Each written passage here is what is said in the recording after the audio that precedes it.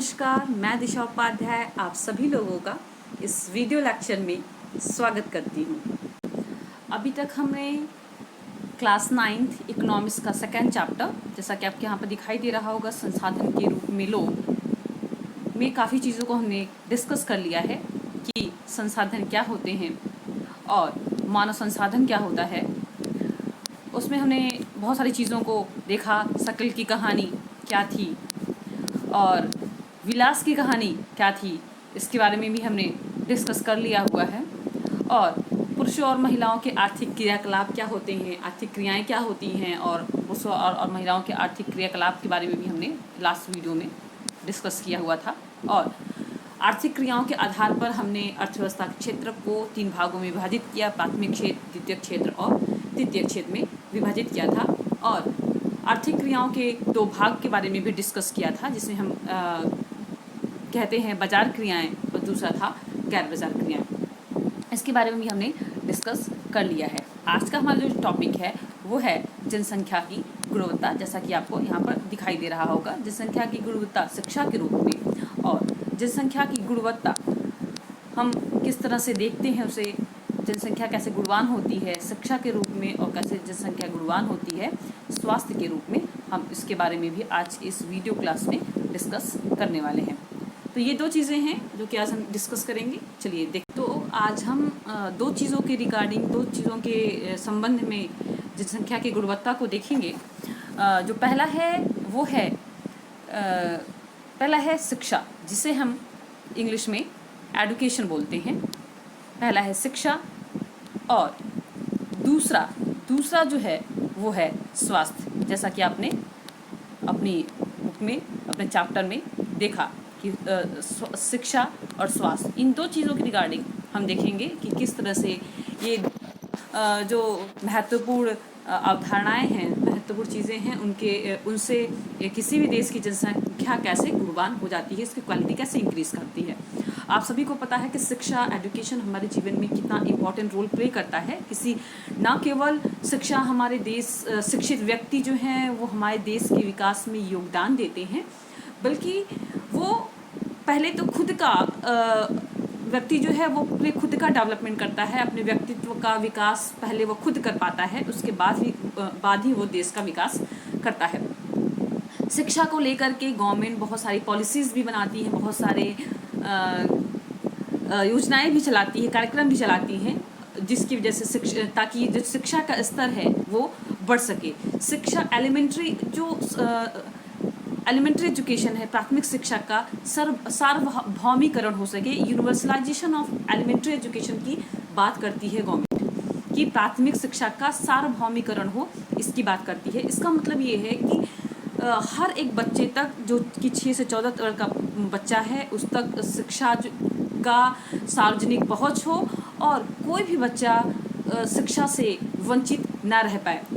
और दूसरी इम्पॉर्टेंट चीज़ है कि बहुत सारे बच्चे जो कि स्कूलों में, प्राथमिक स्कूलों में एडमिशन करा लेते हैं, लेकिन फिर भी एडमिशन कराने के बाद क्या करते हैं, वो स्कूल नहीं आते हैं, ड्रॉप आउट हो जाते हैं, स्कूल छोड़ देते हैं। ऐसे बच्चों का रिटेंशन, उनकी धारण को बनाए रखने के लिए गवर्नमेंट ने बहुत सारी योजनाएं लाई। सबसे महत्वपूर्ण योजना उसमें थी सर्व शिक्षा अभियान, जो कि प्राथमिक शिक्षा के सार्वभौमिकरण की बात करती है कि सभी प्राथमिक शिक्षा जो है वो सभी तक की उसकी सार्वजनिक पहुंच होनी चाहिए।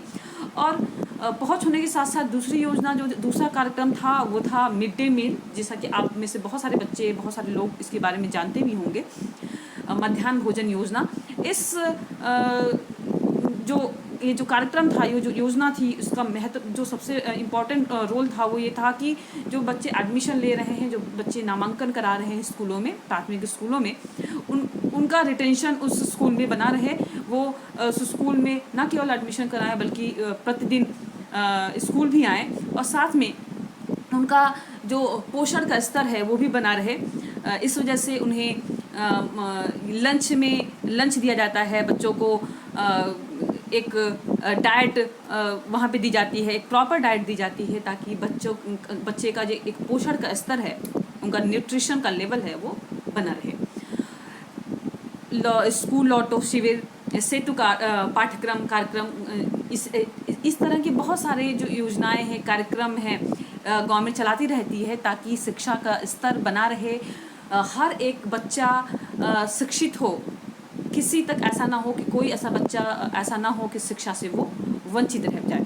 तो इस तरह के बहुत सारे कार्यक्रम भी हैं और मैं आपको एक डेटा भी दिखाऊंगी जिसके थ्रू आप ये पता लगा पाएंगे कि पहले के कंपैरिजन, पहले के समय में से और आज के समय में किस तरह के चेंजेस आए हुए हैं। तो आरेख 2.1 में आप भारत में साक्षरता दर को देख सकते हैं कि किस तरह से 1951 के कंपैरिजन में की तुलना में 2011 में किस तरह से आंकड़े जो हैं वो परिवर्तित हुए हैं, कितने एफर्ट किए गए हैं और कितना काफ़ी ड्रास्टिक चेंज, काफ़ी ये बड़ा चेंज आया हुआ है। आप यहाँ पर देखेंगे तो आपको दिखाई दे रहा होगा कि ये जो ब्लू कलर में है वो व्यक्ति का है और ये जो रेड कलर में है वो पुरुष, और जो ये यहाँ पर आपको ग्रीन कलर में दिखाई दे रहा है वो महिला के साक्षरता को इंडिकेट कर रहा है कि किस तरह से 1951 में उनका क्या लेवल था और कितने परसेंटेज थे और आज के समय में कितना चेंज आया हुआ है, आप खुद भी यहाँ पर इस आरेख में देख पा रहे होंगे। तो ये सारी चीज़ें ऐसी हैं जो कि हमारे खुद के एफर्ट्स और गवर्नमेंट की पॉलिसी, उनके कार्यक्रम के द्वारा और उनके योजनाओं के थ्रू ही ये संभव हो पाया है। और गवर्नमेंट हमेशा सरकारी प्रयास करती है कि वो अपने बजट में भी शिक्षा के लिए काफ़ी ज़्यादा बजट रखे ताकि इस क्षेत्र में सबसे ज़्यादा हम वो इन्वेस्ट कर सके।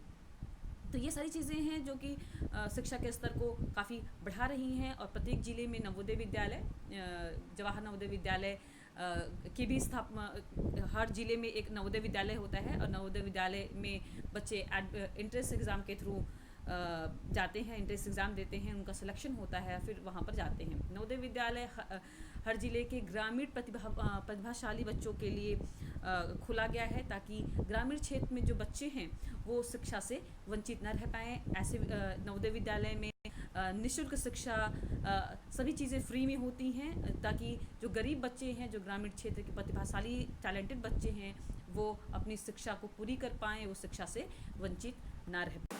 अब हम दूसरा बात करते हैं स्वास्थ्य के बारे में। स्वास्थ्य किस तरह से किसी भी देश की जनसंख्या अगर स्वस्थ होगी तो वो अपना कंट्रीब्यूशन किस तरह से देश के विकास में दे सकती है और खुद के भी अपने मानसिक विकास, अपने शारीरिक विकास में भी दे सकती है। अगर आप स्वस्थ हेल्दी होंगे तभी आप अच्छी शिक्षा ग्रहण कर पाएंगे। और सबसे बड़ी बात यह है कि अगर आपने शिक्षा ग्रहण कर ली लेकिन आप स्वस्थ नहीं हैं तो कोई भी कहीं पर भी आप जाएंगे जॉब में तो कोई भी आपको नहीं लेगा, क्योंकि जॉब में नहीं लेगा क्योंकि आप स्वस्थ नहीं हैं। अगर आप स्वस्थ रहेंगे तभी आप किसी भी कार्य में अपना 100% दे पाएंगे। अगर आप स्वस्थ नहीं रहेंगे तो आप अपना 100% नहीं दे पाएंगे। तो शिक्षा के साथ साथ स्वास्थ्य जो है वो सबसे बड़ा रोल प्ले करता है, क्योंकि स्वस्थ व्यक्ति ही जो चाहे वो कर सकता है। अगर आप स्वस्थ हैं तो आप आपका मन भी लगेगा, जैसा कि आपने शकल और विलास की स्टोरी में भी पढ़ा था कि जो विलास था वो गठिया रोग से ग्रसित था, इस वजह से उसका मन नहीं लगता था पढ़ने में और वो शिक्षा से पीछे शिक्षा में वो पीछे रह गया और आगे नहीं बढ़ पाया और शकल जो है वो आगे बढ़ गया। बहुत सारी स्थितियां होती हैं, बट चीज़ें ये होती हैं कि अगर आप हेल्दी हैं, आप अपने आप को, आपका ये जो रूटीन है वो अच्छा है, अगर आप अपने हेल्थ पर फोकस करते हैं तो आप अपने शिक्षा पर अच्छा ध्यान दे पाएंगे और आप आगे बढ़ पाएंगे। तो किसी भी देश की जो जनसंख्या है, जो पॉपुलेशन है, अगर वो शिक्षित होने के साथ साथ स्वस्थ भी है तो वो उस देश की क्वालिटी होगी कि इस देश के जो लोग हैं वो न केवल शिक्षित हैं बल्कि वो स्वस्थ भी हैं। तो ये दो चीज़ें जो हैं वो जनसंख्या की गुणवत्ता को बढ़ाती हैं। आशा करती हूँ कि आपका आज का ये जो वीडियो है, लेक्चर है, वो आपको समझ में आया होगा। अगर आप कोई भी डाउट इस वीडियो या इस टॉपिक के रिगार्डिंग लगता है तो आप क्वेश्चन कर सकते हैं। Thank you.